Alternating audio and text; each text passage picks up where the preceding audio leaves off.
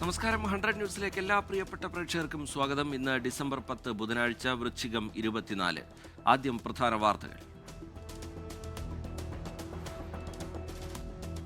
നാളെ തെരഞ്ഞെടുപ്പ് നടക്കുന്ന തൃശൂർ മുതൽ കാസർഗോഡ് വരെയുള്ള ജില്ലകളിൽ ഇന്ന് നിശബ്ദ പ്രചാരണം. പരമാവധി വോട്ടേഴ്സിനെ നേരിൽ കണ്ട് വോട്ടുറപ്പിക്കാനുള്ള അവസാനവട്ട ഓട്ടത്തിൽ മുന്നണികൾ. കുട്ടിക്കലാശത്തിനിടെ അനിഷ്ട സംഭവങ്ങൾ ഉണ്ടായ സാഹചര്യത്തിൽ സുരക്ഷ ശക്തമാക്കി പോലീസ്. 7 ജില്ലകളിലെ വോട്ടിംഗ് യന്ത്രങ്ങളുടെ വിതരണം ഇന്ന്. രണ്ടാമത്തെ പീഡനക്കേസിൽ രാഹുൽ മാങ്കൂട്ടത്തിന്റെ മുൻകൂർ ജാമ്യാപേക്ഷയിൽ കോടതി ഇന്ന് വിധി പറയും. വിധി പറയുക തിരുവനന്തപുരം പ്രിൻസിപ്പൽ സെഷൻസ് കോടതി. പരാതിയിൽ ഉറച്ചു നിൽക്കുന്നതായി അതിജീവിതയുടെ മൊഴി. ബലാത്സംഗ ഭ്രൂണഹത്യാ കേസിൽ രാഹുലിന്റെ മുൻകൂർ ജാമ്യാപേക്ഷ നേരത്തെ കോടതി തള്ളിയിരുന്നു. രാഹുൽ മാങ്കൂട്ടത്തിനെതിരെ പീഡന പരാതി നൽകിയ അതിജീവിതയെ അധിക്ഷേപിച്ച കേസിൽ KPCC ജനറൽ സെക്രട്ടറി സന്ദീപ് വാര്യരുടെ മുൻകൂർ ജാമ്യാപേക്ഷ കോടതി ഇന്ന് വീണ്ടും പരിഗണിക്കും. കേസ് നീട്ടിയത് റിപ്പോർട്ട് സമർപ്പിക്കാൻ പ്രോസിക്യൂഷൻ സമയം തേടിയതിന് പിന്നാലെ. കേസ് പരിഗണിക്കുന്നത് തിരുവനന്തപുരം ജില്ലാ പ്രിൻസിപ്പൽ സെഷൻസ് കോടതി. ശബരിമല സ്വർണ്ണക്കൊള്ളയുമായി ബന്ധപ്പെട്ട വിവരം കൈമാറാൻ കോൺഗ്രസ് നേതാവ് രമേശ് ചെന്നിത്തല ഇന്ന് SITക്ക് മുന്നിൽ ഹാജരാകുക രാവിലെ 11 മണിക്ക് ഈഞ്ചക്കൽ ക്രൈംബ്രാഞ്ച് ഓഫീസിൽ. നടപടി സ്വർണ്ണക്കൊള്ളയെക്കുറിച്ച് കൂടുതൽ വിവരങ്ങൾ നൽകാൻ സാധിക്കുന്ന വ്യക്തിയെ അന്വേഷണ സംഘവുമായി ബന്ധപ്പെടുത്താൻ തയ്യാറെന്ന് ചൂണ്ടിക്കാട്ടിയതിന് പിന്നാലെ. എറണാകുളം മലയാറ്റൂരിൽ വീടിന് സമീപത്തെ പറമ്പിൽ വിദ്യാർത്ഥിനിയുടെ മൃതദേഹം കണ്ടെത്തിയ സംഭവം കൊലപാതകം. മലയാറ്റൂർ സ്വദേശി ചിത്രപ്രിയയെ കാണാതായത് ഈ മാസം 6-ാം തീയതി. ശരീരത്തിലും തലയിലും മുറിവേറ്റ പാടുകൾ. പാർലമെന്റിന്റെ ഇരുസഭകളിലും ഇന്ന് SIR സംബന്ധിച്ച പ്രത്യേക ചർച്ച. തെരഞ്ഞെടുപ്പ് കമ്മീഷനെ ഉപയോഗിച്ച് BJP ജനാധിപത്യം അട്ടിമറിക്കുകയാണെന്ന ആരോപണം കടുപ്പിക്കാൻ കോൺഗ്രസ്. രാജ്യസഭയിൽ വന്ദേമാതരം സംബന്ധിച്ചുള്ള പ്രത്യേക ചർച്ചയ്ക്ക് ശേഷം SIRലേക്ക് കടക്കും.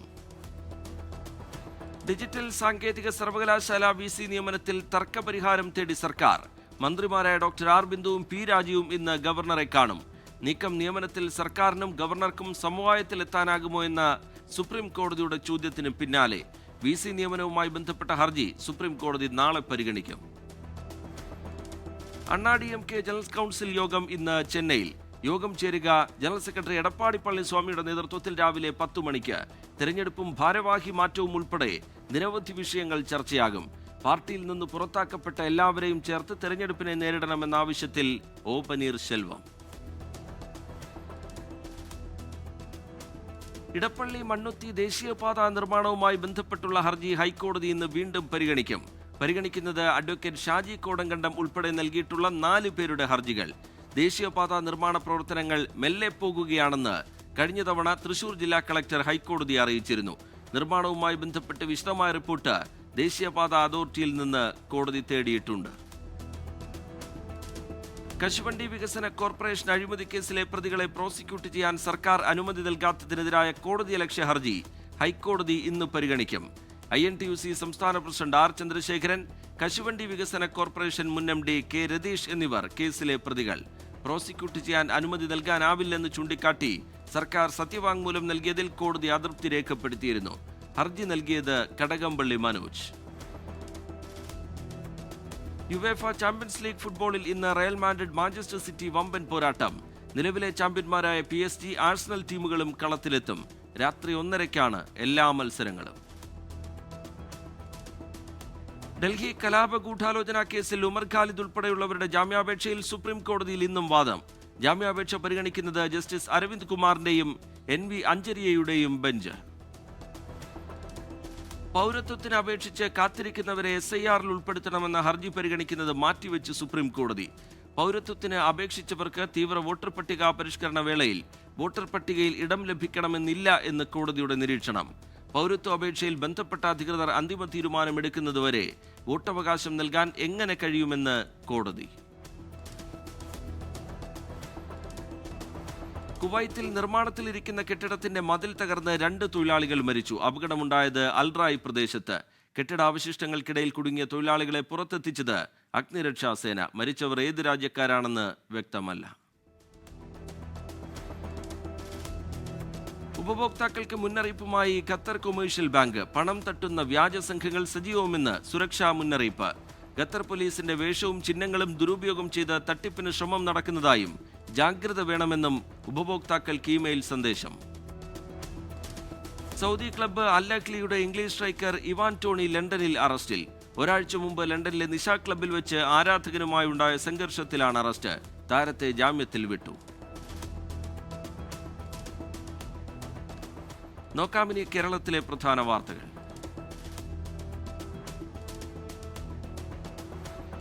കോഴിക്കോട് ബാലുശ്ശേരിയിൽ സ്ഥാനാർത്ഥിക്ക് മർദ്ദനം. നടുവണ്ണൂർ പഞ്ചായത്ത് 9-ാം വാർഡിലെ സ്വതന്ത്ര സ്ഥാനാർത്ഥി MK സിറാജിനാണ് മർദ്ദനമേറ്റത്. 2 പേർ ചേർന്നാണ് മർദ്ദിച്ചതെന്ന് സിറാജ്. പാലക്കാട് തരൂർ തോണിപ്പാടം കുണ്ടുകാട് ജംഗ്ഷനിൽ കലാശക്കൊട്ടിനിടെ UDF പ്രവർത്തകന് പരിക്ക്. സ്വകാര്യ ബസിന്റെ മുകളിൽ നിന്നും ഡൈവ് ചെയ്യുകയായിരുന്നു. തിരുവനന്തപുരം പൊന്മുടിയിൽ വോട്ട് രേഖപ്പെടുത്താൻ പോയ കുടുംബം സഞ്ചരിച്ച വാഹനത്തിന് നേരെ കാട്ടാനയുടെ ആക്രമണം. രാഹുലും കുടുംബവും സഞ്ചരിച്ച വാഹനത്തിന് നേരെയാണ് ആക്രമണമുണ്ടായത്. കാസർഗോഡ് വിദ്യാനഗർ SIക്കെതിരെ പരാതിയുമായി 19-കാരി. കള്ളക്കേസ് രജിസ്റ്റർ ചെയ്തെന്നാരോപിച്ച് മേനങ്കാട് സ്വദേശിനിയാണ് ജില്ലാ പോലീസ് മേധാവിക്ക് പരാതി നൽകിയത്. പാലക്കാട് കൊടക്കാട് ദേശീയപാതയിൽ വാഹനാപകടം. നിയന്ത്രണം വിട്ട കാർ മറ്റു വാഹനങ്ങളിൽ ഇടിച്ച് 4 പേർക്ക് പരിക്ക്. ഒരാളുടെ നില ഗുരുതരം. പാലക്കാട് ചാലിശ്ശേരി സെന്ററിലെ വ്യാപാര സ്ഥാപനങ്ങളിൽ തീപിടുത്തം. 4 കടകളിലാണ് തീപിടുത്തമുണ്ടായത്. കുന്നംകുളത്ത് നിന്നും ഫയർഫോഴ്സ് യൂണിറ്റുകൾ സ്ഥലത്തെത്തി തീയണച്ചു. കോഴിക്കോട്ടെ ആദ്യകാല മാധ്യമപ്രവർത്തകനും ACV ന്യൂസിന്റെ പ്രൊഡ്യൂസറുമായിരുന്ന ശ്രീ മനോജ് അനുസ്മരണവും പുരസ്കാര സമർപ്പണവും KP കേശവമേനോൻ ഹാളിൽ സംഘടിപ്പിച്ചു. മാതൃഭൂമി ചെയർമാൻ PV ചന്ദ്രൻ ഉദ്ഘാടനം ചെയ്തു. നടൻ വിനോദ് കോവൂരിന് പുരസ്കാരം സമ്മാനിച്ചു. ചടങ്ങിൽ 24 associate executive editor Deepak Dharmadam, press club president EP Muhammad, R Surendran എന്നിവർ സംസാരിച്ചു. നോക്കാമിനി പ്രധാന അറിയിപ്പുകൾ. ആലുവ ദേശം CA ഹോസ്പിറ്റലിൽ ഗൈനക്കോളജി വിഭാഗത്തിന്റെ നേതൃത്വത്തിൽ ഇന്ന് മെഡിക്കൽ ക്യാമ്പ് നടത്തുന്നു. രാവിലെ 9:30 മുതൽ 12:30 വരെയാണ് സൗജന്യ രോഗനിർണയ ക്യാമ്പ്.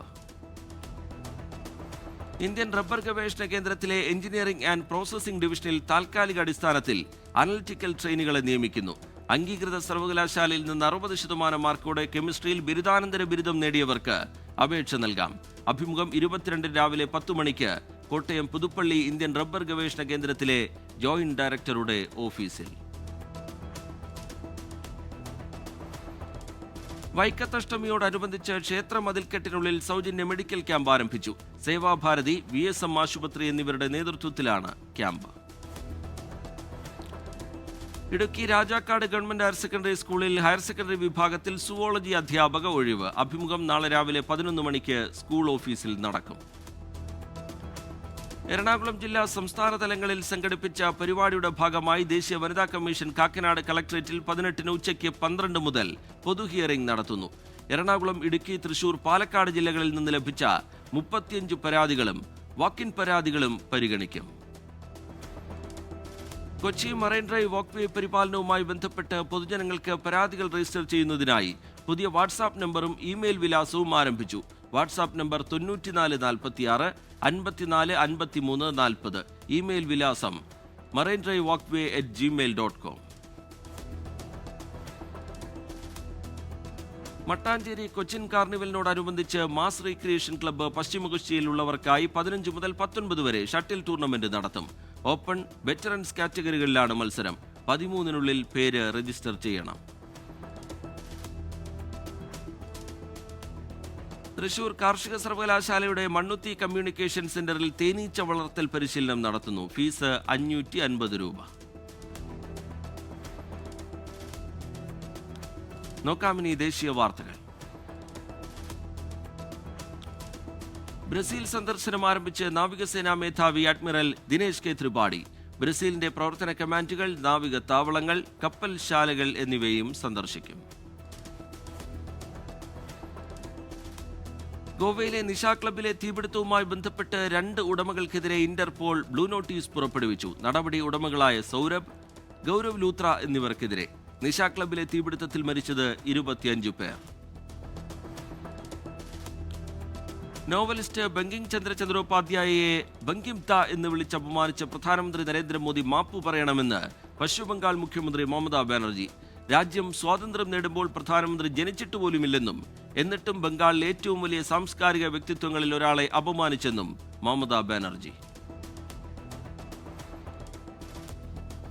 2027 സെൻസസ് 2 ഘട്ടങ്ങളിലായാണ് നടത്തുകയെന്ന് കേന്ദ്രമന്ത്രി നിത്യാനന്ദ റായ്.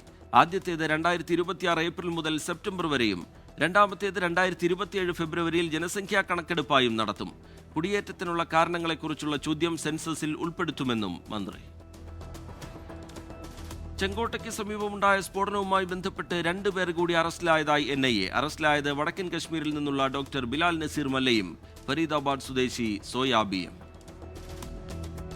ബംഗളൂരുവിൽ യുവതിയെ വീട്ടിൽ തൂങ്ങി മരിച്ച നിലയിൽ കണ്ടെത്തി. ആൺസുഹൃത്ത് വഞ്ചിച്ചെന്നും ബ്ലാക്ക്മെയിൽ ചെയ്തെന്നും 22-കാരിയുടെ ആത്മഹത്യാക്കുറിപ്പിൽ പരാമർശം. ഹരിയാനയിലെ റോഹ്തക്കിൽ മാവോയിസ്റ്റ് നേതാവ് നരേഷിന്റെ വീട്ടിൽ പരിശോധന നടത്തിയ NIA. പരിശോധനയിൽ 2 മൊബൈൽ ഫോണുകളും ചില രേഖകളും കണ്ടെടുത്തു. ബീഹാർ ബക്സറിലെ നവനഗർ ഇൻഡസ്ട്രിയൽ ഏരിയ സന്ദർശിച്ച് മുഖ്യമന്ത്രി നിതീഷ് കുമാറും ഉപമുഖ്യമന്ത്രി സാമ്രാജ് ചൌധരിയും. ബോട്ട്ലിംഗ് പ്ലാന്റായ വരുൺ ബിവറേജസിൽ ഇരുവരും പരിശോധന നടത്തി.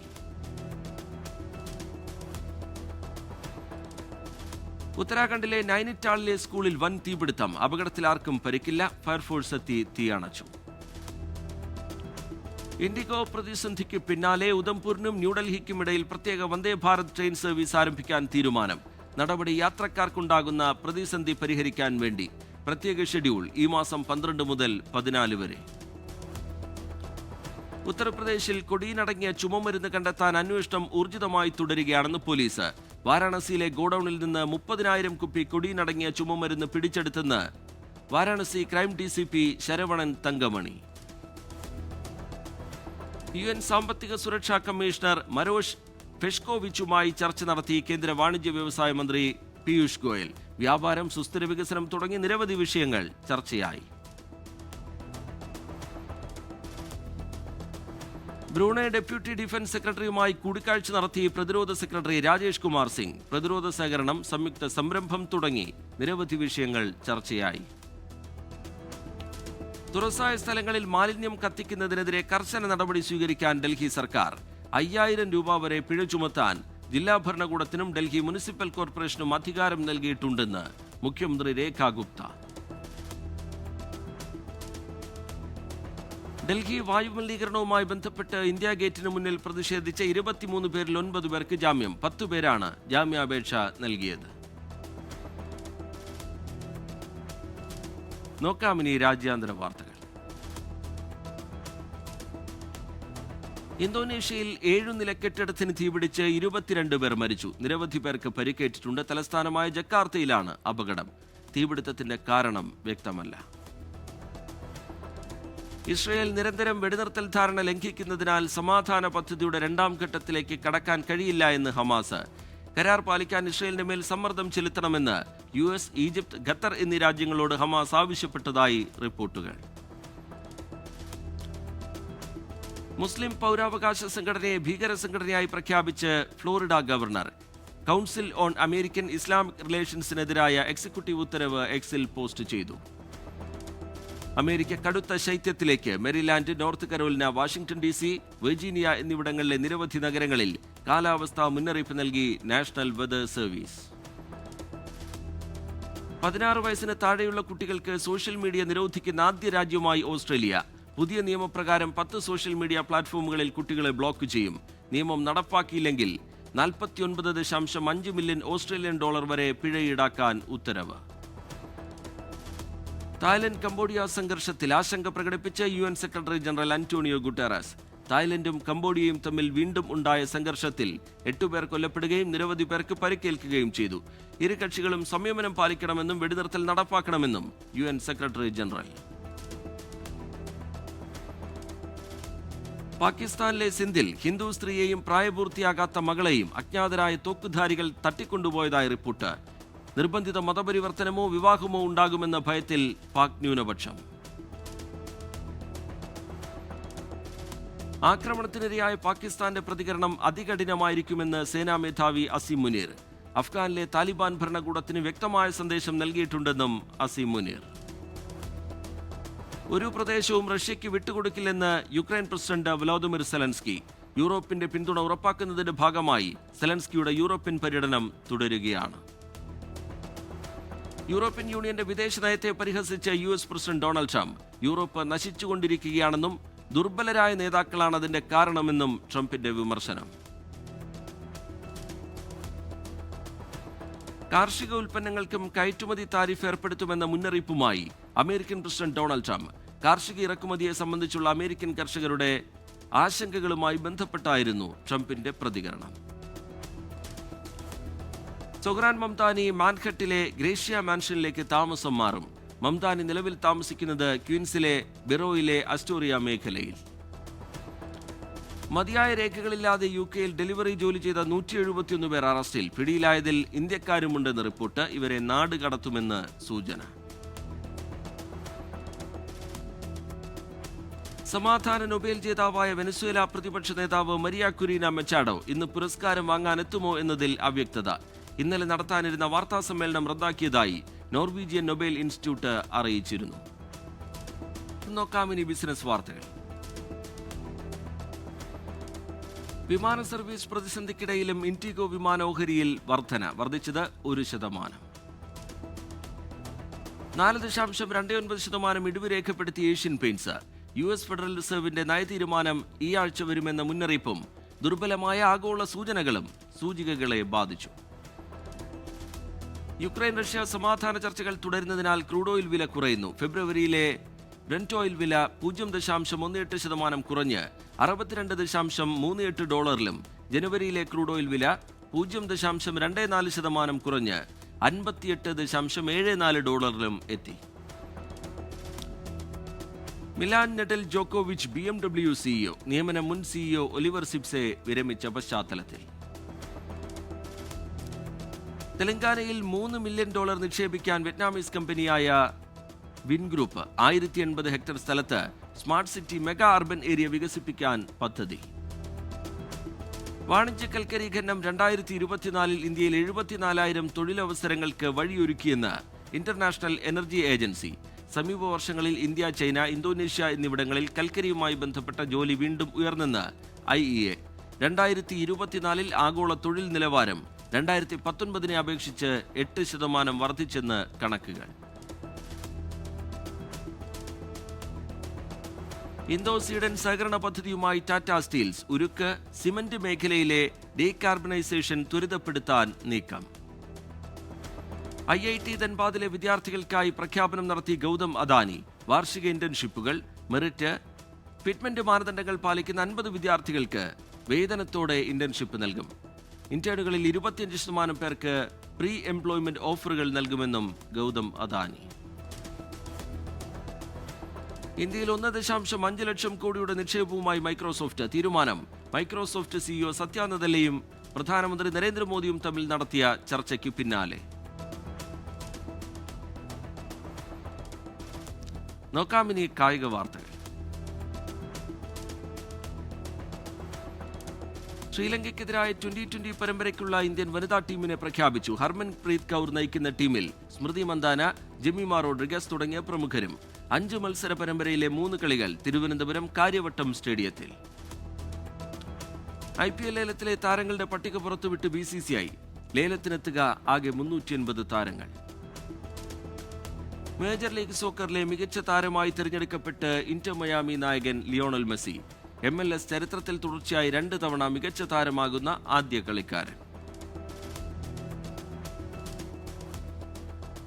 യുവേഫ ചാമ്പ്യൻസ് ലീഗ് മത്സരത്തിൽ ബയേൺ മ്യൂണിക്കിന് ജയം. പോർച്ചുഗീസ് ക്ലബ്ബായ സ്പോർട്ടിങ്ങിനെ തകർത്തത് 1-3 ഗോളുകൾക്ക്. ചെൽസി സൂപ്പർ താരം ലിയാം ടെലാപ്പ് ഈ മാസാവസാനം ടീമിനൊപ്പം ചേരുമെന്ന് സൂചന. പരിക്ക് ഭേദമാവാൻ 4 ആഴ്ച വിശ്രമം വേണമെന്ന് റിപ്പോർട്ടുകൾ. യുവേഫ ചാമ്പ്യൻസ് ലീഗിൽ ഇന്റർ മിലാനെതിരായ ഗ്ലാമർ പോരാട്ടത്തിൽ ലിവർപൂളിന് ജയമെതിരില്ലാത്ത 1 ഗോളിന്. മാഞ്ചസ്റ്റർ സിറ്റിയുമായുള്ള മത്സരത്തിൽ റയൽ മാഡ്രിഡ് മിഡ്ഫീൽഡിൽ പ്രതിസന്ധി. സൂപ്പർ താരം എഡ്വാർഡോ കാമവിംഗ പരിക്ക് മൂലം കളിച്ചേക്കില്ല.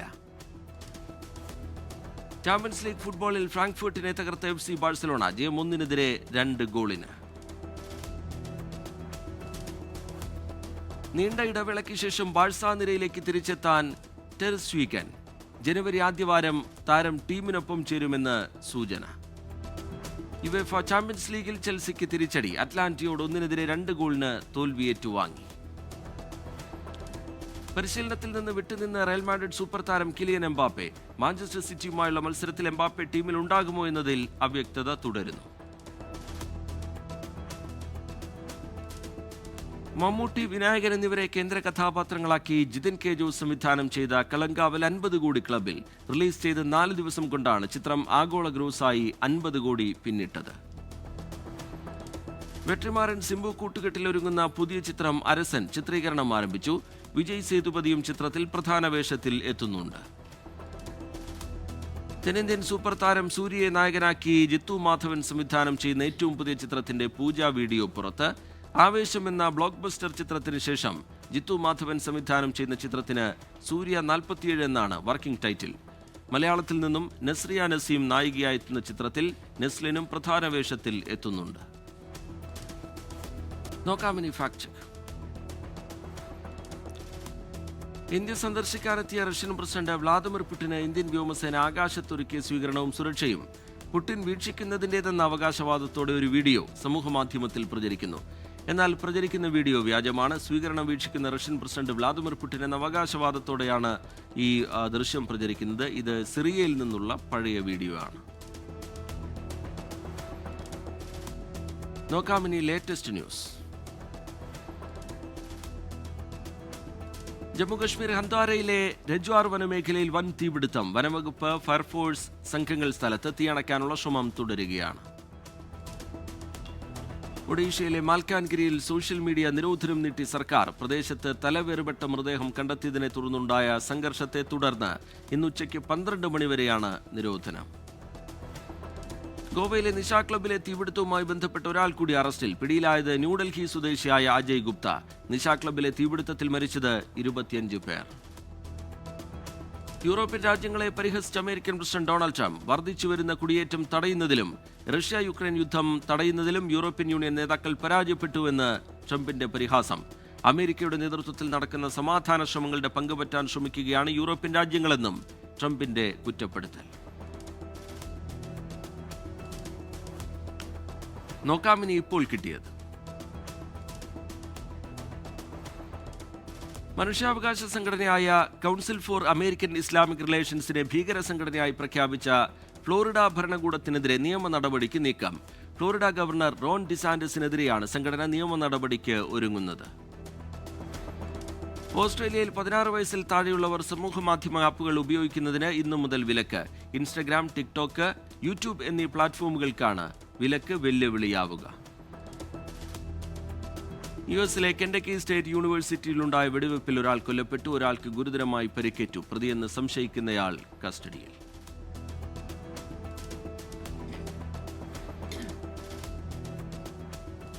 100 ന്യൂസ് പൂർത്തിയാവുകയാണ്.